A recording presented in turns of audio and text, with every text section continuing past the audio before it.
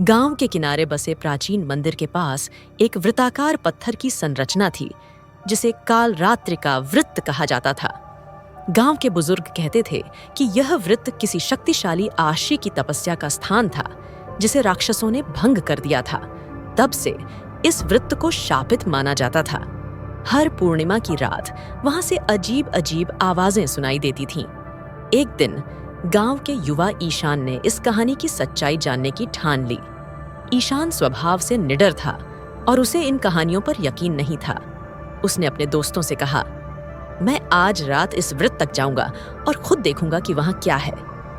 रात के अंधेरे में ईशान अकेले ही वृत्त की ओर चल पड़ा। चारों ओर सन्नाटा और ठंडी हवा थी। जब वह वृत्त के पास पहुंचा तो उसने देखा कि पत्थरों पर अजीब सी चमक थी, जैसे कोई अदृश्य आग जल रही हो।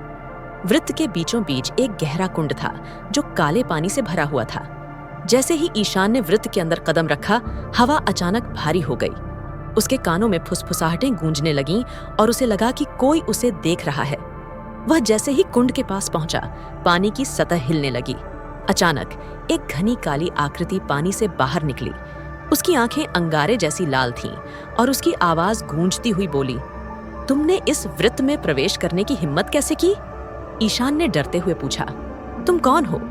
आकृति ने कहा, मैं कालरात्रि का संरक्षक हूँ। इस वृत्त में केवल वही आता है जो अतीत के पापों का भागीदार होता है। अब तुमने इसे छेड़ा है तो इसका मूल्य चुकाना होगा। ईशान ने समझाया कि वह केवल सच्चाई जानने आया था, लेकिन आकृति ने उसकी बात अनसुनी करते हुए कहा, यहाँ सच्चाई जानने वाले कभी वापस नहीं जाते। वृत्त के चारों ओर अंधकार घना होने लगा। ईशान ने भागने की कोशिश की, लेकिन उसके पैर जैसे जमीन में जकड़ गए। आकृति ने अपनी काली भुजाएं फैलाकर ईशान को अपनी ओर खींचा।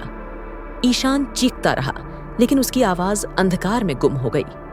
अगले दिन गांव वाले ईशान को ढूंढने निकले। उन्होंने वृत्त के पास केवल उसका चप्पल और एक अजीब सा पत्थर पाया, जिस पर ईशान का नाम लिखा हुआ था। उस दिन से वृत्त के पास जाने की हिम्मत किसी ने नहीं की। हर पूर्णिमा की रात गांव वाले वृत्त से आने वाली चीखें सुनते हैं, मानो कोई अपनी मुक्ति के लिए पुकार रहा हो।